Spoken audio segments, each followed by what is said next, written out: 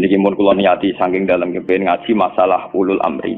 Niki tafsir Munir karangane Syekh Nawawi napa Banten. Masuk ulama Indonesia sing alim diakui teng Mekah, teng Hijaz terutama nggih. Beliau itu gurune Mbah Khalil Bangkalan. Mbah Khalil Bangkalan di murid golongane Mbah Hasyim Asy'ari 100%. Ya Mbah Hasyim terus dibutuh Gus Dur bareng. Ngaten kula terangaken. Hampir menjadi mainstream kalau kayak gubernur, kayak bupati, kayak lurah. Itu rata-rata legitimasinya secara syariat itu dianggap ulil apa? Amri ya. Dalam konteks NU mungkin itu PBNU, dalam konteks Muhammadiyah mungkin PP Muhammadiyah. Lah urusane ngaji ngene iki ulil amri aku ngongkon ruhen luwih sederhana, kenapa? Ya.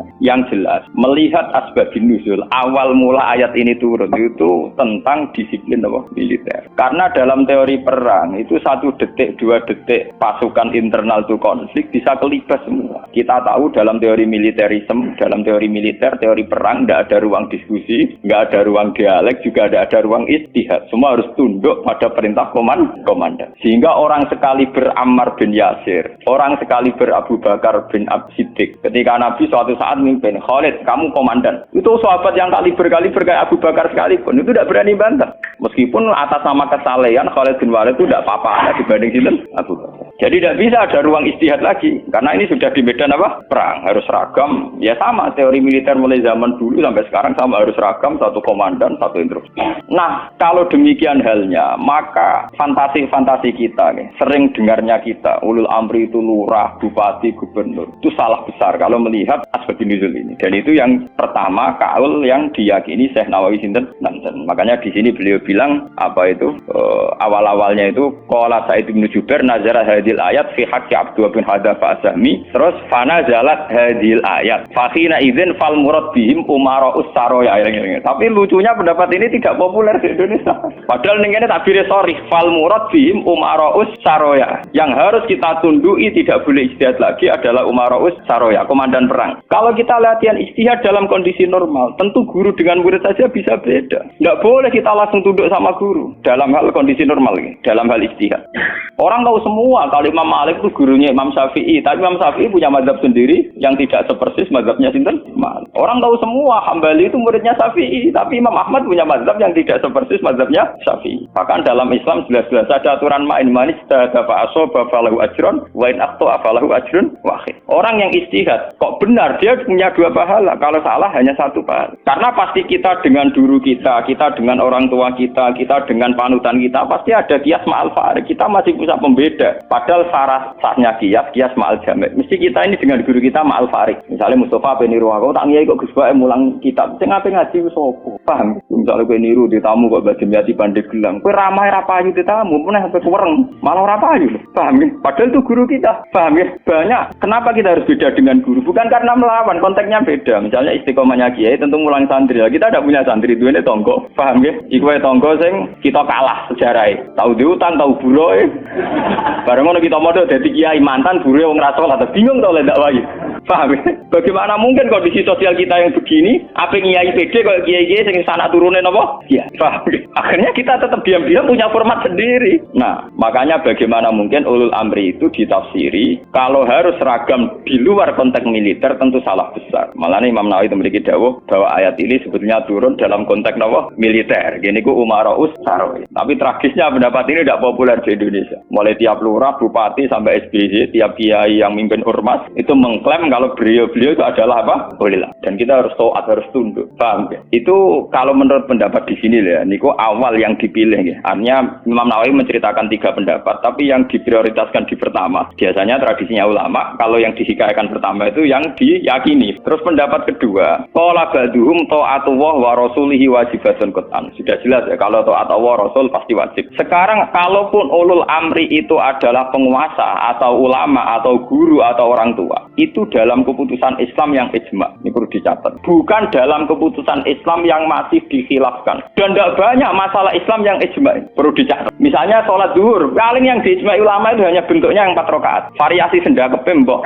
Ndak kok si tangan mbok ning isole udel apa ning iga sing jare ilang mergo dicolong Adam keluwen iga dikane sinten? Awak mindal ilai harus ditutupi nak sendah mbok hadis kondi ku yo pirang-pirang. Ono hadis nak cara riyen guru kula nate cerita, nak salat wong Turki wae yo jajasan dasinan. Kok jare Nabi, kowe nak salat kudu ala ahsani hayatikum, pada baju terbaik kalian. Tapi kalau di Indonesia, untuk daerah tertentu juga ada semua Indonesia, sarung itu identik dengan pakaiannya santri. Ya sudah kita sarungan ala santri. Tapi coba kalau di Malaysia, kayak Mahathir Mohamad, dia pakai celana, sarungnya disampingkan. Dan itu ala ahsani apa? Hayatikum. Lah yang kayak begini tidak mungkin masuk kategori wajib taat karena variannya tidak ijma gitu loh maksudnya. Saya tuh paham. Kalau wiling-wilingan sunai Nabi mesti tahu. Kalau sering labenan putih udah wiling-wilingan sunai Nabi. Mereka kalau cobaan nggak mungkin.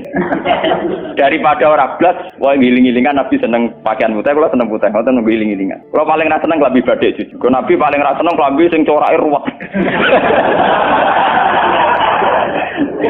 Mergo Nabi nate diadai badai itu menolak karena corake napa keruwetan. Jadi saubun lahu a'lamu cara Indonesia napa? Badai. Tapi yang menjadi masalah nggih kula nate diskusi mbek Kiai. Tapi masalahnya ngene lho, Hak. Kelambine wong Indonesia paling damai kehormatan ku badai. Makanya banyak kiai-kiai yang sholat Jumatan malah milih nganggo badai. Alasannya Jumatan disunatkan pakai putih, kalau ndak baju terbaik. Lah kadang badai itu menempati kasta terbaik. Lah yang kayak begini itu ndak mungkin menemukan format ijma sehingga ndak mungkin kita wajib toh.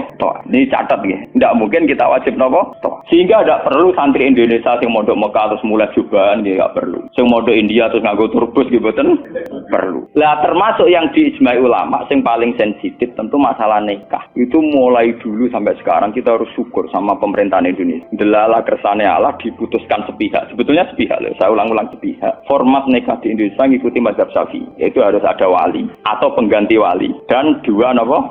Itu berkah betul bagi Indonesia. Itu mulai zaman napa? Belanda sampai sekarang. Karena nikah itu yang ila darajatil ijma itu hanya berapa? Jika ada varian-varian mazhab kayak Dawud Az-Zahiri, di Syiah sendiri ada mut'ah. Di Indonesia sendiri saatnya ngomong sing wis ra kuat ngebet terus akhirnya nganggo khilah-khilah napa? Mut'ah. Itu memang repot. Tapi apapun repotnya itu tidak boleh divonis zina. Apapun repotnya. Sampai jangan pernah menvonis itu napa?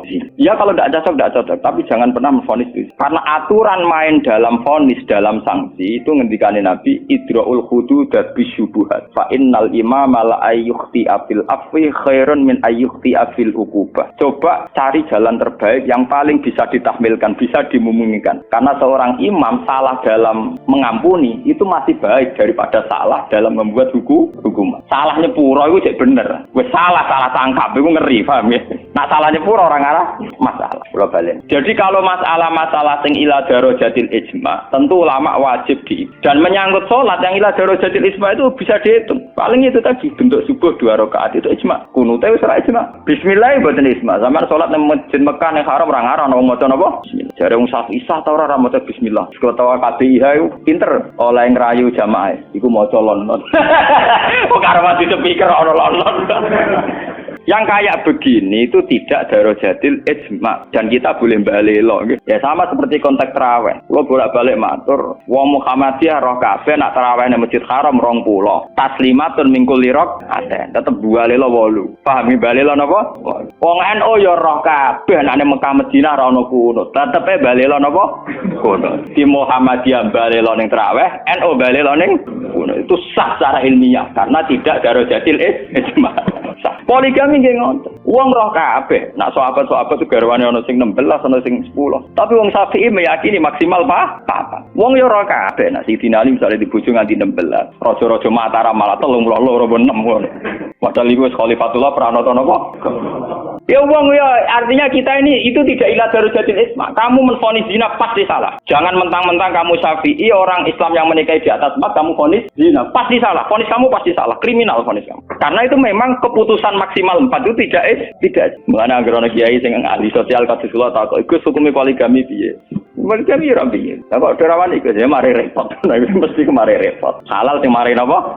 Repot. Jadi masalah-masalah yang tidak iradarojatil ijma itu ndak usah punya vonis hukum. Jangan katakan orang yang nikah faqal arba hukumnya zina.